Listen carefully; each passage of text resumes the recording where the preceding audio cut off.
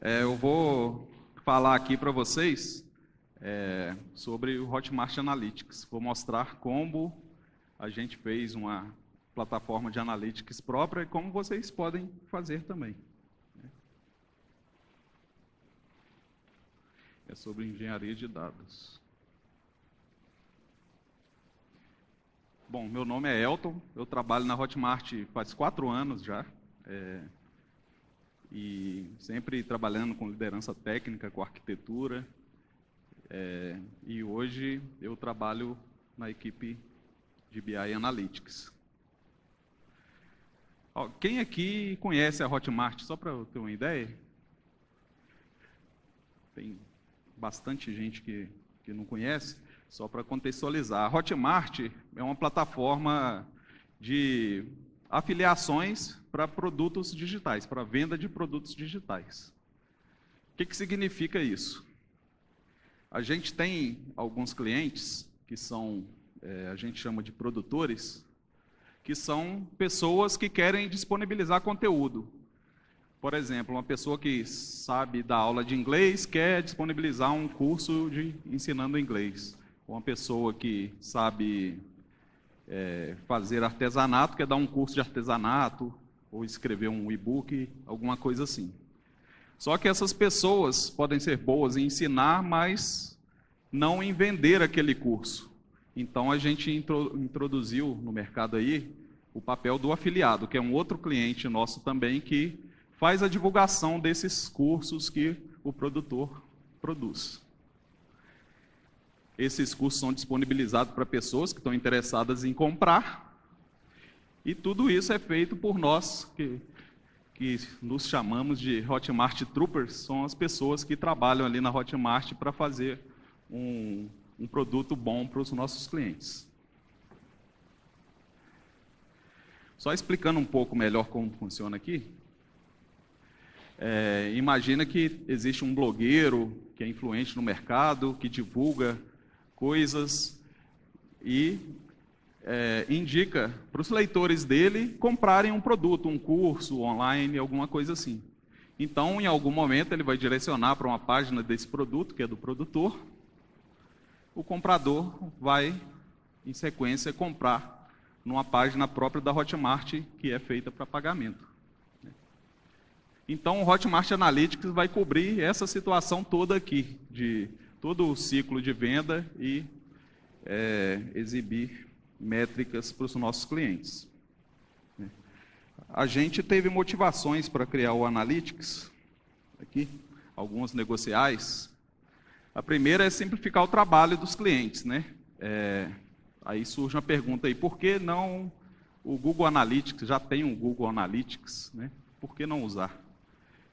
Na verdade, não é para substituir o Google Analytics, né? O Google Analytics é uma ferramenta ótima que cobre situações em todos os níveis, né? A gente quis fazer uma forma simplificada e focada no nosso nicho.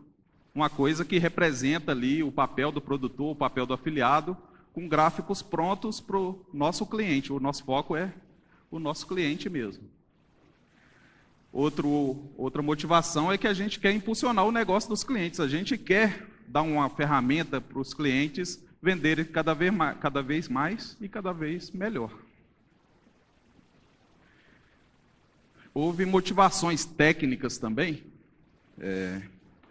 que a gente começou a sofrer com o volume de informações, né? A Hotmart, ela cresceu muito, de forma muito acelerada, né? É uma empresa nova, tem 7 anos, mas 4 anos atrás, quando eu entrei, tinha 15 pessoas trabalhando. Hoje tem mais de 300.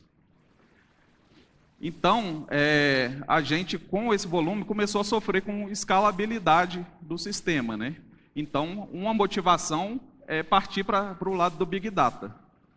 Hoje a gente cresce 200 GB por mês só no banco, de informações no Hotmart Analytics.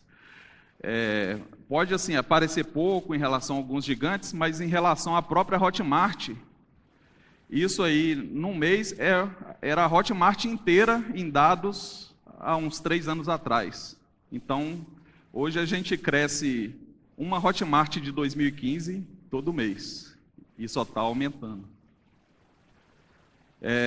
Outra motivação é lidar melhor com os microserviços. Com a escalabilidade, a gente teve que partir para uma solução que escala melhor, e fomos para o lado do microserviço. Então, o Analytics veio também para ajudar nesse ponto, né? Ele foi, inclusive, impulsionado pelos microserviços. Vou te mostrar como aqui. Na época, antes do microserviço, a gente tinha um codigão lá Java só e um banco só. Nesse cenário era fácil a gente fazer relatório, porque todas as informações estavam aqui, eu faço um select, um join com todas as tabelas que eu quero e exibo a informação. Com o microserviço, a gente começou a separar. Eu tenho aplicações com seu próprio banco e começou a ter tecnologias novas, tanto de código quanto de banco de dados. E com isso começou a complicar aí aquelas ferramentas que centralizam, que unificam todas as informações. Quando a gente foi para o microserviço, a gente acabou tendo que adotar algumas boas práticas que ajudaram a gente no Analytics também, né? Facilitou o nosso caminho do Analytics, né? O desacoplamento foi um que a gente viu que foi um bom caminho ali para o Analytics. Por quê? Porque antes a gente quer mandar uma mensagem de um microserviço para o outro, mas o ideal é fazer de uma forma mais desacoplada. Então, a gente introduziu aqui um primeiro elemento, que é o Kinesis, uma funcionalidade da Amazon, feita justamente para enviar eventos, né? Ele pode servir para integração e a gente usa como o início da integração com o nosso Analytics. E dali segue para o nosso Data Lake, que é onde a gente armazena tudo. Outra boa prática que a gente já seguia no microserviços e também ajudou é a questão da rastreabilidade. Imagina que a gente manda uma mensagem aí de uma compra de um microserviço para o outro, mas é uma boa prática a gente ter IDs de correlação para conseguir juntar as informações lá na frente, para conseguir rastrear tudo que aquele evento lá no início proporcionou lá no final. Com essa informação, também ajudou a gente no Analytics a juntar as informações. E aí, o que vocês precisam para fazer seu Analytics, né? É só isso aí. É um pouquinho só de tecnologia, né? Na verdade, tem milhares de soluções, algumas fazem a mesma coisa que outra, faz similar, umas têm pró e contra, mas a gente fez de uma forma simplificada. A gente, desde o início da Hotmart, a gente trabalha na Amazon, tem todos os dados na Amazon, banco de dados, servidor de aplicação. Então, foi um caminho natural a gente procurar primeiro uma solução que já é gerenciada pela Amazon. Então, disso daqui, a gente simplificou um pouco. Tem alguns passos aí importantes que eu vou explicar mais tarde, mas foi um desenho que a gente chegou, que viu que conseguimos uma solução bacana aí, né, que conseguiu ajudar a gente. Lembrando o slide anterior, que tem um monte, né, de soluções de vários mercados aí. Eu posso ter a mesma solução, praticamente a mesma solução, se eu tivesse na Google. Eu tenho opções aí que são similares, que eu consigo fazer exatamente a mesma coisa, ou de forma bem parecida, no Google Cloud, por exemplo. Ou soluções, tudo open source. Se eu quiser fazer tudo open source, eu também tenho soluções que conseguem fazer mais ou menos a mesma coisa, né, de forma open source, né? A gente preferiu esse cenário aqui, porque, primeiro, a gente estava na Amazon, segundo, ir para o caminho mais gerenciado, eu economizo um tempo, eu não tenho que ficar configurando o servidor, instalando a aplicação. Então, isso facilitou bastante. E a gente vai ver aqui que tem até soluções que são open source, mas são gerenciadas pela Amazon. Então, facilitou bem também. Aqui no nosso cenário, eu dividi em 4 fases importantes do nosso fluxo, né? Que são em gestão de dados, onde os dados entram no Analytics, né?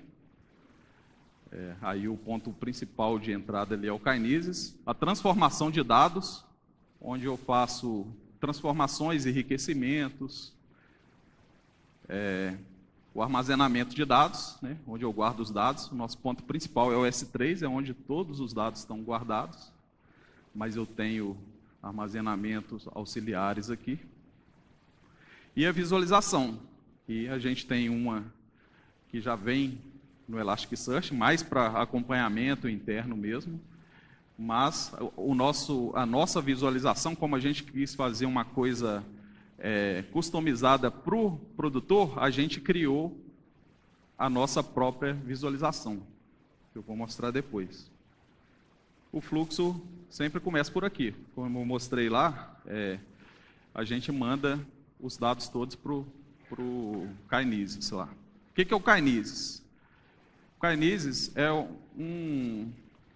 é como se fosse mensageria em tópico, né? Você manda uma mensagem e pode ter vários consumidores. Ela é uma ferramenta para stream de dados. Para configurar, é simples até. Eu crio um stream do Kinesis lá. Ele escala baseado em charts. Eu escolho só um nome ali do Kinesis. A quantidade de charts. A quantidade de charts é o volume que eu vou ter. Cada shard eu consigo escrever 1 mega por segundo no Kinesis. Consigo ler 2 mega por segundo, 1000 registros por segundo. Isso já é muito, né? Um shard já é muito. Mas eu posso escolher mais de acordo com o meu volume e posso escalar depois também. Se eu ver que estou usando muito, preciso escalar, basta editar e mudar a quantidade de shards para escalar. E aí, criado o Kinesis, simplesmente o meu microserviço lá faz a chamada. Eu tenho uma lib que a Amazon mesmo disponibiliza. Eu escolho qual Kinesis eu vou mandar e mando a informação. No caso aqui, eu mandei um JSON qualquer, porque isso vai facilitar o meu lado lá para frente. Então, isso aí me proporcionou esse envio aqui, né? Eu enviei lá do microserviço uma informação para o Kinesis. Aqui a gente tem claramente 2 caminhos para chegar até na visualização. Esse de cima aqui a gente chama de layer batch. E aqui é um layer real time. Na verdade não é real time, é near real time. A diferença é o quê? Qual? Aqui embaixo, um evento que eu mandar aqui, em poucos segundos ele está aqui na frente. Pronto para exibir numa tela da funcionalidade. Aqui em cima, em poucos minutos, ele está disponível aqui na frente. Ele é batch, ele tem que esperar um acúmulo de eventos para poder chegar lá na frente. A diferença básica é essa. Outra diferença é o quê? Aqui eu tenho tudo. Se eu quiser, dados do primeiro dia de operação da Hotmart vai estar aqui. Aqui a gente só está mantendo os dados recentes. Os últimos meses aqui a gente acumula, mas vai expurgando essas informações. Para fazer esse caminho aqui de real time, a gente usou o Elasticsearch Service da Amazon, que também é simples. Basta a gente escolher um nome lá do nosso domínio de Elasticsearch, escolhe a versão, tem várias versões lá, mas já está na 6 do Elasticsearch. Escolhe o tamanho do cluster, né? Quantas máquinas vão ter meu cluster de Elasticsearch, tipo de máquina, tudo mais. O armazenamento, quantos GB vai ter no meu HD ali. E, basicamente, é isso, eu implemento esse caminho. Não preciso instalar nada, só naquele wizard já está pronto. E além de estar pronto, já vem de graça ainda o Kibana, que é uma ferramenta aí também open source para visualização de dados, que é bem integrada com o Elasticsearch, que me permite fazer exploração dos dados que estão ali. Então, o Kibana a gente consegue selecionar, montar dashboards, né, usando vários tipos de gráficos aí, né? A gente consegue explorar os dados crus lá, fazer query, consultar, né? Montar dashboards, algum gráfico com contagem, né? Isso é entregue pelo Kibana. Esse Kibana aqui, a gente só usa para interno, só os Hotmart Troopers lá, os engenheiros de dados que vão acessar e fazer as análises deles. Para completar aqui a parte real-time, a gente tem as transformações, né? Uma parte de transformação real-time. Tem uma corrente crescente aí, cada vez maior, né? Tendendo a gente fazer mais transformações no stream, ali, né? No volume de dados que está chegando, do que em batch. O modelo mais tradicional a gente já tem lá um arquivão grande, faz um ETL e gera um outro arquivo tratado. Mas aquilo eu preciso de um tempão para acumular aquele arquivo. A corrente mais recente é a gente fazer uma transformação na medida que os dados estão chegando. Aí eu ilustrei aqui o Kinesis Analytics, é uma solução já integrada com o Kinesis lá. O que ele faz? Eu crio, uma aplicação, minha transformação é uma aplicação. Eu conecto ela num Kinesis, escolho a origem, no caso aqui eu escolhi o Kinesis. O meu Kinesis vai ser representado por uma tabela virtual, vamos dizer assim. Dentro da minha aplicação do Kinesis Analytics, eu enxergo o Kinesis, tudo que veio do Kinesis como uma tabela SQL mesmo. Conecto num destino, aí eu falo, o resultado da minha transformação vai para onde? Aí, no nosso caso, a gente também mandou para o Kinesis. Ou seja, o evento chega no Kinesis, eu faço uma transformação e volto para o Kinesis. E a regra de negócio mesmo. Na verdade, isso aqui está no meio, né? É antes de configurar o destino, mas eu botei no final porque é a parte principal, é onde acontece a brincadeira toda aí, né? No Real Time Analytics, simplesmente são consultas SQL. Lá na origem, eu falei que o stream lá, ele é enxergado como se fosse uma tabela SQL. Então, eu faço um select nela, né? Aqui eu defino uma outra tabela que vai ser a minha de destino, que eu vou acoplar com o Kinesis de destino, com o dado já transformado. Aí eu faço o quê? Um insert select. Eu insiro na tabela de destino o que eu selecionei na tabela de origem. Basicamente é isso. E aí, ou seja, aí eu fiz essa transformação assim, aqui, né? Para exemplificar, para ficar mais claro, né? O que isso significa? Imagina que chega aqui um evento de compra, né? Uma pessoa fez uma compra de um produto nosso, mas a compra não tem todos os dados que eu preciso. Então, nesse layer aqui online, eu não consigo, por exemplo, fazer uma estatística sobre nicho de produtos, por exemplo, porque não tem o nicho em toda a compra, em todo o evento de compra.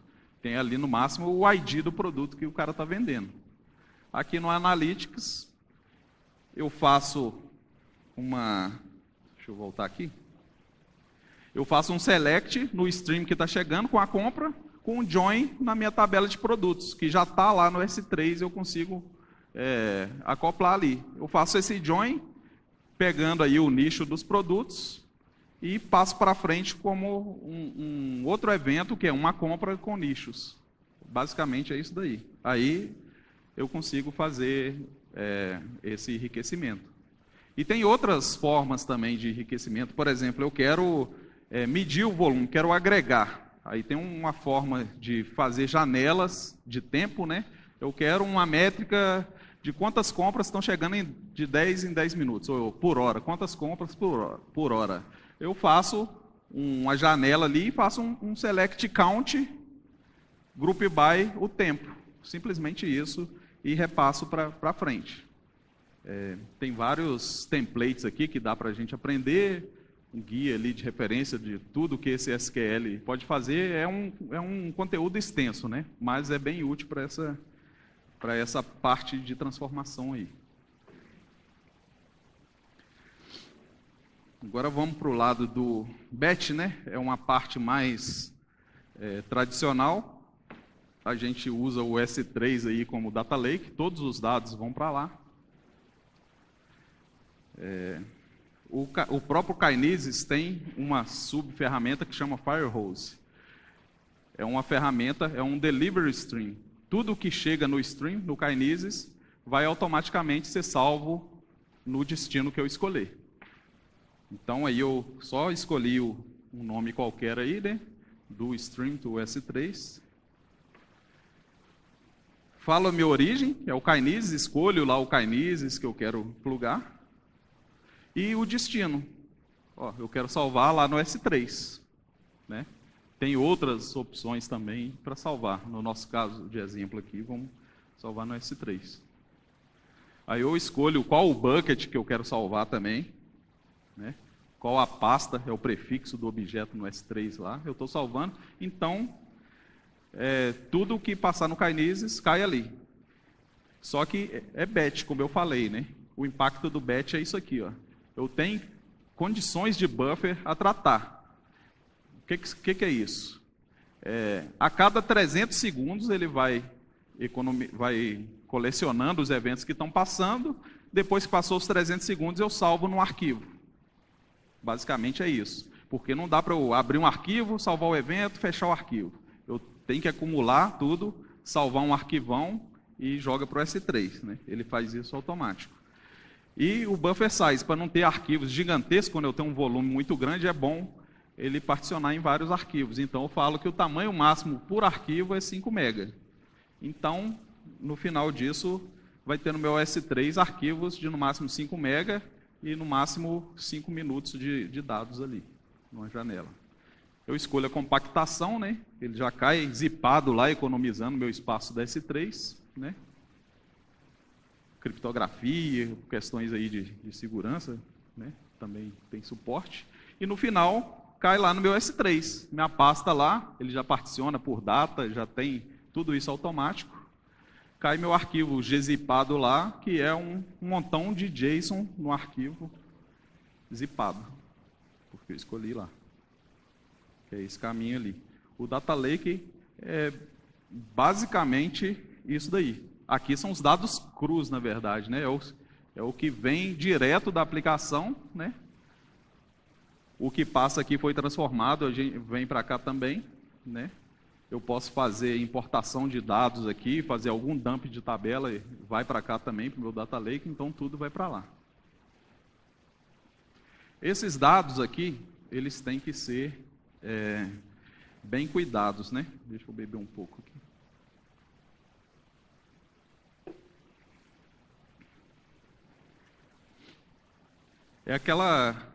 Quem vê muito a palestra aí de Big Data, tem aquela questão de o que é Data Lake, o que é o lago de dados ou pântano de dados, né? Essa ferramenta Glue aqui da Amazon, ela vai facilitar nesse ponto aí. Por quê? Ela tem um conceito, ela tem um crawler, né? Que vem ali, fica ali monitorando os seus arquivos que estão chegando e gera um catálogo de dados. Então, o que acontece? Eu adiciono um crawler lá, dou um nome para ele, falo que vai buscar os dados lá no S3, né, naquela pasta, mesma pasta onde eu guardei todos os JSON lá. Falo que o crawler vai ficar de hora em hora lá.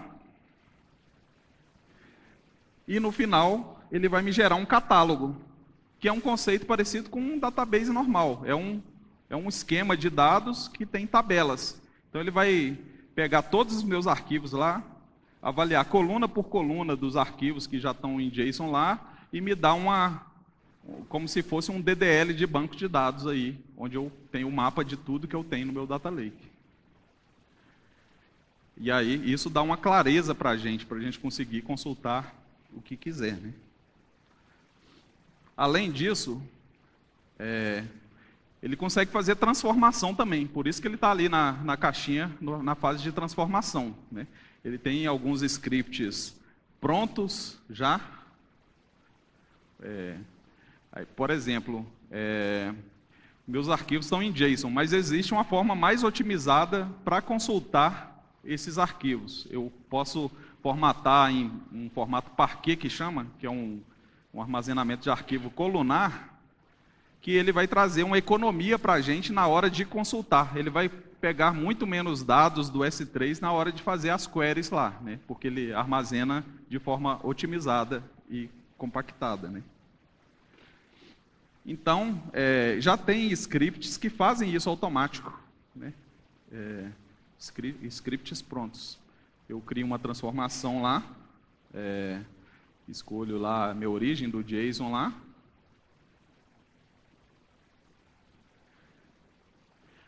Eu escolho a tabela, já que eu tenho um catálogo falando, eu sei que a minha tabela é essa, que está nessa pasta aqui.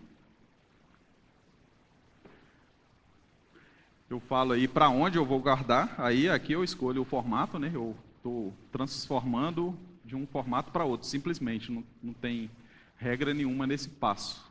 Eu salvei num outro, eu tinha uma pasta /JSON aqui, eu vou pegar tudo que está lá e salvar na barra Parquet com o formato em Parquet. Se eu quiser transformar mesmo, eu consigo. Eu estou renomeando aqui a coluna Type para a coluna Event Type. Simplesmente clico aqui e mudo o nome. Consigo mapear uma coluna para outra aqui, aí eu transformo o dado. E volto com a informação para lá. Então, aqui eu posso fazer transformações daqui para cá. O EMR é um cluster para MapReduce, basicamente, né? A gente cria um cluster, questão de log ali, escolhe a stack que a gente quer, como a gente tem várias soluções, né? Normalmente, o mais usado aí é o Hadoop, é o Spark, né? O mais usado antigamente era o Hadoop, mas o Spark ganhou muito espaço aí. E lá dentro vai rodar um código Spark mesmo, fazendo um MapReduce dentro de um monte de arquivo, pega aquilo, faz uma transformação gigante em batch e gera mais um monte de arquivo que vai ser a minha saída. Basicamente é isso. Eu escolho ali o tamanho do meu cluster, né? Vai ter quantas máquinas eu quiser. Questão de acesso ali a essas máquinas. E eu tenho essa transformação ali. Tranquilo? Mas para utilizar esses dados, eu ainda tenho ferramentas que ajudam aí. Por enquanto, eles são um arquivo ali no S3 que eu tenho que descompactar e ver o que está lá, né? Mas aí a gente tem essas duas ferramentas aqui, o Athena e o Redshift, que vai trazer facilidades para a gente. O Athena, ele é uma ferramenta também open source que chama Presto e é gerenciada pela Amazon. O que isso faz? Ele pega um comando SQL normal, transforma isso num MapReduce internamente, localiza os seus arquivos e faz aquela query lá nesses arquivos. E aí ele pode usar o catálogo de dados que o próprio Glue gerou, que a gente configurou lá atrás, né? Então aqui no Athena eu tenho databases, eu posso criar tabela na mão, ou posso pegar as do Glue que já estão crawleadas lá e já aparecem automaticamente como tabelas aqui, todas. Só vou mostrar aqui que o manual também é fácil. Eu crio um database, escolho um nome para a tabela, falo o caminho ali no S3, que vai ser aquela minha tabela, e escolho o formato dos arquivos que estão lá dentro, né?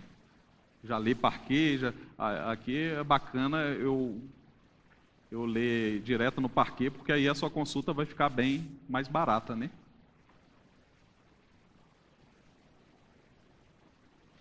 Eu mapeio as colunas, como aqui é um passo manual, eu tenho que falar, ó, a coluna 1 é esse tipo, a coluna 2 é esse tipo. Eu tenho que mapear, mas o crawler do Glue já facilita isso de forma automática. E aí eu consigo fazer queries ali, ele vai facilitar. Já o Redshift é um banco de dados mesmo. Ele é um banco de dados para Data Warehousing. A gente efetua consultas nele parecidas com as consultas do PostgreSQL. Ele tem um driver que até estende o driver do Postgre. Ele também tem um armazenamento dele é colunar, parecido com o Parquet, né? Bem otimizado, mas ele tem uma facilidade aqui que chama Spectrum, que eu não preciso ficar fazendo carga igual antigamente. Antigamente eu pego um arquivo aqui, dou um load lá no Redshift de todos os dados, eu copio tudo. Hoje, com o Spectrum, a gente simplesmente cria uma tabela externa, que é o quê? Eu pego minha origem do S3 lá, é como se fosse uma view que vai ser os arquivos todos do S3. Então, todos os arquivos do S3 lá, na verdade, são o conteúdo da minha tabela. Né? E aí eu tenho dados aí no Redshift, né? Ele tem vamos dizer assim, uma deficiência. Não é uma deficiência, ele não suporta view materializada, né? Mas a gente consegue simular fazendo select insert. Eu crio outra tabela, inclusive vindo de uma tabela externa dessa para uma outra tabela, eu consigo fazer também simular, né, uma view. Aí, para disponibilizar, a gente tem uma API Java que a gente mesmo criou, né, que é simplesmente um endpoint REST que o nosso front vai consumir. Mas a gente faz tudo por consulta SQL. Né? Como eu já fiz tudo isso, usei o Athena, usei o Redshift, eu crio um select comum, igual um banco de dados comum, em cima dos meus dados que estão todos no S3 ou no Redshift via tabela externa, ou alguma view materializada. E aí eu consigo fazer uma query aqui. Essa aqui é uma tela do próprio Athena, que eu consigo fazer uma investigação de dados ali, fazer consultas e tudo mais. Na parte de staging, de desenvolvimento, a gente usa muito para ver o que tem ali. E vou disponibilizar para o Java ali, né, com o driver JDBC, no caso, consultando lá. O Elastic tem uma linguagem própria também, mas eu consigo usá-la do Java, né, pelo endpoint lá, eu buscar algum dado lá do Elastic. Aí são para os dados real-time chegarem lá na tela. E aí eu completei o ciclo aqui, né? Chegou no meu React lá, que é o meu front, né? Que eu vou disponibilizar para todo mundo. A gente tem aqui situações que ajudaram a gente também. Por quê? A gente fez uma ferramenta motivada para ajudar o nosso cliente, mas também nos ajudou. Os nossos troopers aqui, que são engenheiros de dados, né? Eles conseguem fazer análise real-time ali, ele faz a exploração dos dados que estão chegando ali, a gente disponibilizou para eles, e lá no Athena também fazendo uma query em todo o data lake nosso para consultar e avaliar os dados lá. Né? Ele consegue rodar algoritmo de machine learning em cima desses dados lá. Não é uma solução do Hotmart Analytics, mas é uma facilidade que a gente trouxe para os nossos engenheiros de dados. Ele consegue enriquecer os nossos dados todos com dados públicos, né? Existem, por exemplo, Common Crawl, que não sei se todo mundo conhece aí, são dados que estão num S3 público com um crawler da internet praticamente inteira. Tem tudo da internet, está crawleado e está lá. Então, eu consigo usar esses dados para enriquecer os nossos próprios dados que estão ali. E eles conseguem usar isso para fazer essas análises. Mas o nosso foco mesmo, no início, é entregar esse produto para esse cara aqui, que é o nosso cliente, né? O nosso produtor. Como resultado, né, a gente tem isso daí. O Hotmart Analytics, ele começa com um script também, né, como se fosse o Google Analytics, que o cara tem que instalar na tela dele, na página dele. E a gente tem um monte de gráficos personalizados, customizados para esse nosso nicho aí, né. Aqui uma tela de segmentação, onde o produtor pode comparar, por exemplo, meu tráfego que vem de desktop com meu tráfego que vem de celulares, por exemplo. Ou meu tráfego internacional com o tráfego brasileiro.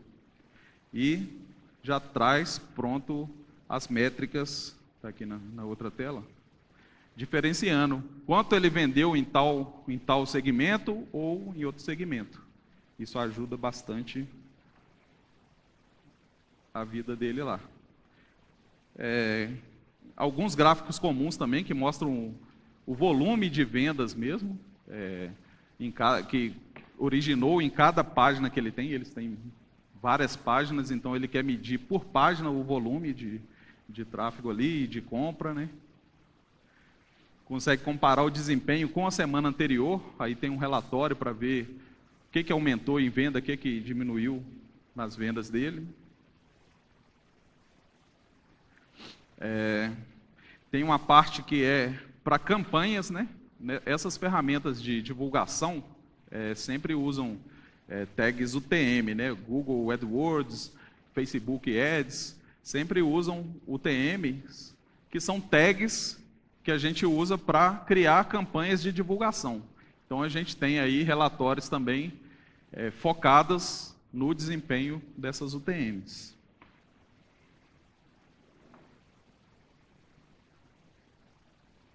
Aqui eu tenho, vou mostrar um depoimento. Bom, meu nome é Bárbara Bruna, sou sócia do Segredos da Audiência e hoje sou eu quem cuida do tráfego aqui na empresa. Eu acho que o diferencial número 1 do Analytics do Hotmart é a facilidade de usar. Eu vou te dar um exemplo de uma métrica fácil de olhar e de implementar, os dias de maior venda na semana. Então eu comecei a observar que no domingo eu estava fazendo muitas vendas para um determinado produto. Então isso me fez com que eu fizesse estratégias de final de semana que eu não estava fazendo antes. Nesse último domingo, inclusive, a gente fez a virada de lote dos ingressos do nosso evento e foi o dia que a gente mais vendeu, porque geralmente a gente fazia os fechamentos na sexta-feira.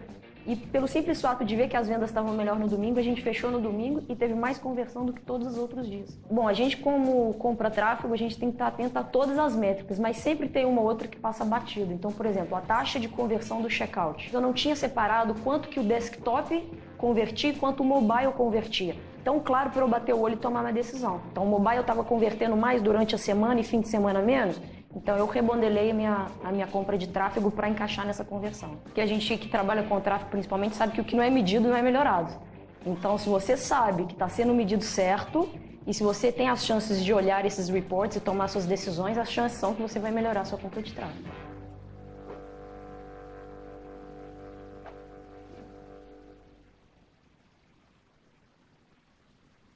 Legal, né? Isso aí, para a gente, é muito gratificante, a gente fazer uma ferramenta e ver que o nosso cliente está satisfeito com ela, né? A gente conseguiu ajudar os nossos produtores a vender melhor, simplesmente com o nosso trabalho do dia a dia ali, que muito produtor não entende, mas a gente gosta quando tem um retorno desses aí, falando que deu certo o que a gente planejou para eles aí, né? É isso, cara. É o nosso Hotmart Analytics, que a gente fez completamente aí na Hotmart aí no último ano, né? E se tiverem perguntas aí sobre o tema, pode perguntar. A gente está com um stand ali, tem brindes, a gente tem um copinho aí para o pessoal que quiser um brindezinho. E é isso. Tem perguntas?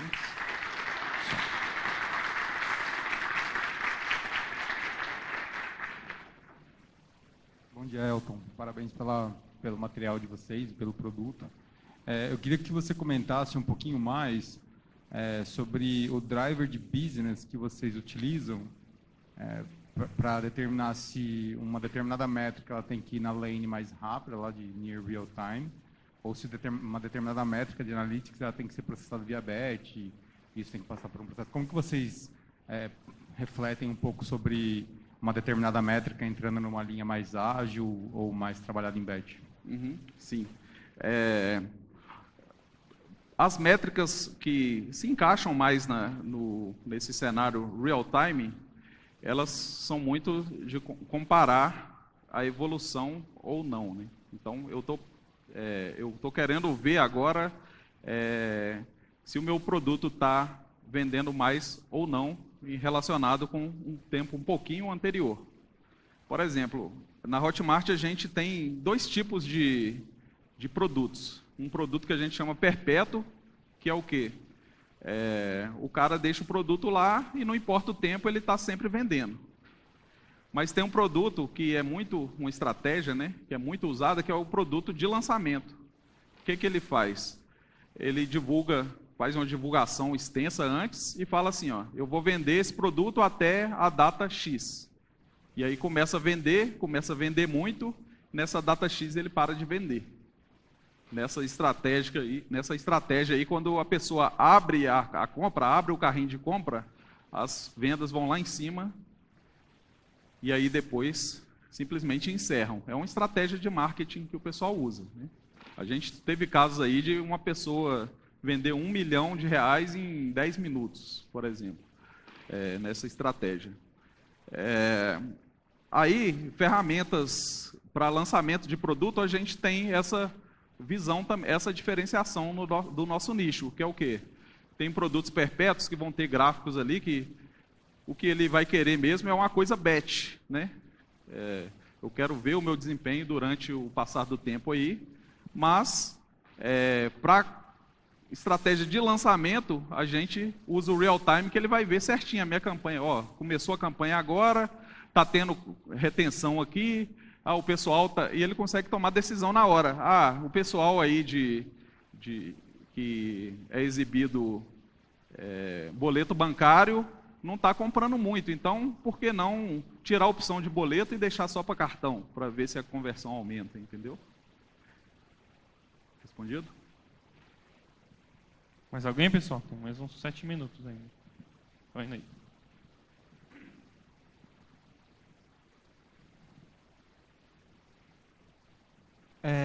Bastante pergunta relacionada à forma com que vocês armazenam os dados, né? Como vocês armazenam os dados para poder fazer segmentação por cliente? Eu imagino que você deva ter lá informações no Redshift e essas informações podem estar segmentadas de um jeito que vocês façam análises globais de vendas e tudo mais, ou análise segmentada, aí cada cliente vê só os dados dele, das vendas deles e assim por diante. Sim. Boa pergunta. E isso é uma questão de modelagem mesmo, né? E é difícil atingir isso daí. Tem casos ali que a gente tem que duplicar os dados mesmo. Eu tenho que ter uma visão que me mostra tal informação e outra visão que me mostra outra informação. Por exemplo, o produtor não pode ver tudo que o afiliado pode ver. O afiliado não pode ver tudo que o produtor pode ver, porque senão eu vou entregar uma campanha de divulgação de um afiliado e o produtor simplesmente vai usá-lo um mês e depois descartar e replicar aquela riqueza, tudo que o cara tem de bom, que é saber divulgar, né? Então, a gente tem que fazer isso. A gente replica os dados, né? Ou cria views, né? Esse cenário que eu falei de simulando uma view materializada, mas, na verdade, a gente está mantendo uma outra forma de visualização que tem aquela parte específica ali para a gente. Legal. Aí a outra é mais ou menos como vocês estruturam os dados dentro da S3, por tipo de objeto, timestamp? Sim, sim. A gente segmenta, né? Quando cai no Kinesis ali, a gente tem uma fase que faz o split dos eventos todos, né? Então, por exemplo, quando a pessoa cadastra um produto, vem um evento de produto, está na pasta de produto. Quando começa uma compra, aí vai para a pasta de compras, que é uma compra. Se eu quero uma compra enriquecida, né, aí eu vou lá e enriqueço no Kinesis Analytics, vai para a pasta de compra enriquecida com tal informação, entendeu? Eu sempre, como se fossem tabelas mesmo, né, sempre replicadas. Entendi. Aí outra coisa é, na plataforma, eu sou do Olist, lá na nossa plataforma a gente também usa bastante Amazon, mas quando a gente começou a desenvolver, o Kinesis não existia ainda. Isso. Então a gente começou usando SNS e SQS. Uhum. E ao experimentar o Kinesis, eu vi que parece que são dois mundos que não estão conectados ainda. Uhum. Você sabe se existe algum jeito oficial ou um jeito certo de fazer essa conexão? Ou eu vou ter que fazer, por exemplo, alguma espécie de lambda que faça toda essa ponte aí? Sim, sim. É lambda a resposta. Mas, assim, a gente não falou aqui muito, a gente tem passado por situações naquele desacoplamento de microserviço, né? Para fazer o fan-out ali, não quer dizer que o microserviço que consome vai lá no meu Kinesis e consumir aquilo ali. Como o foco não era microserviço, eu não falei. Mas, na verdade, a gente tem o Lambda que sai distribuindo para os SNS, e aí quem quiser assinar aquele SNS ali, quem quiser assinar o tópico, né, que é o SNS, mensageria de tópico, ele vai assinar e receber a informação. Eu fiz um experimento, não sei se está certo ou se dá certo.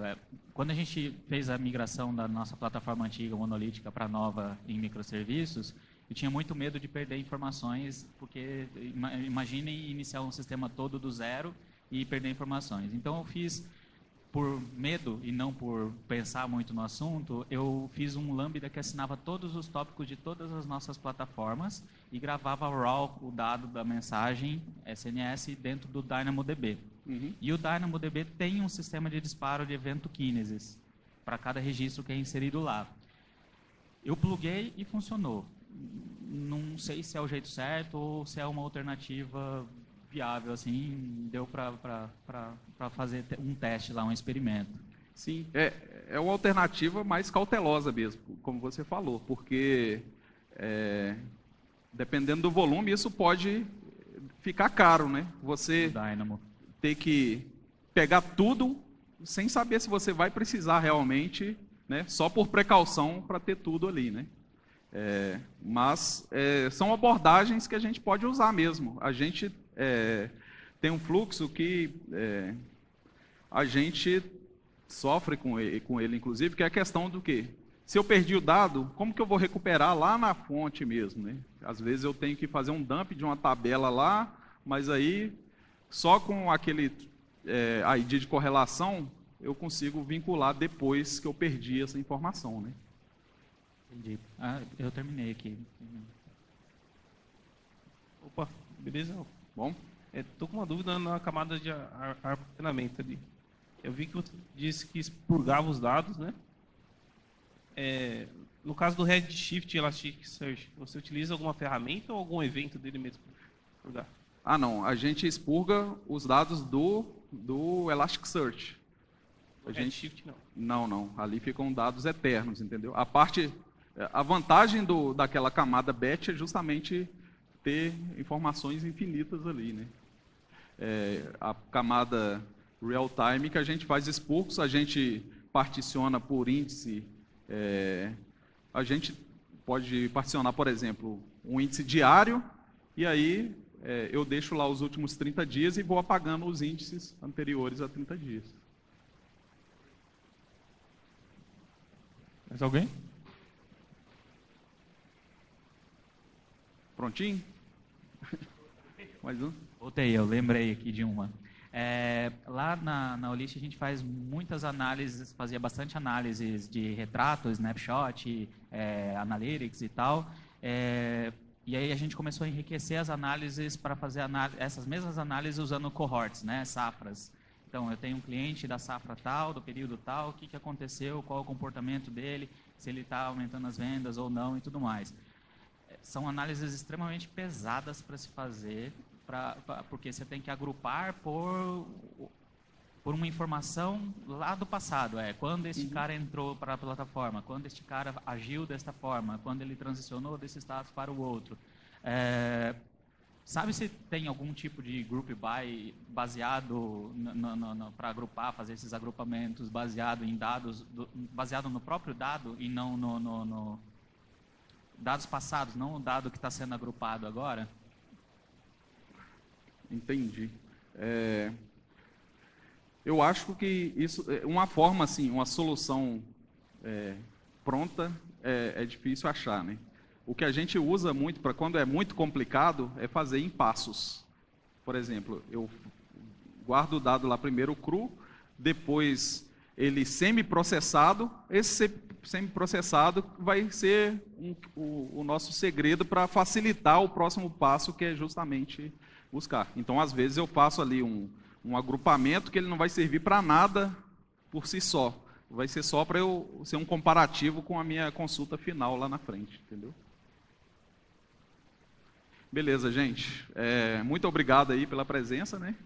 E a gente tem um stand aí, quem quiser conversar mais aí, trocar ideia, eu vou ficar ali no stand da Hotmart. Tem um brindezinho ali para quem quiser também, tá? Obrigado.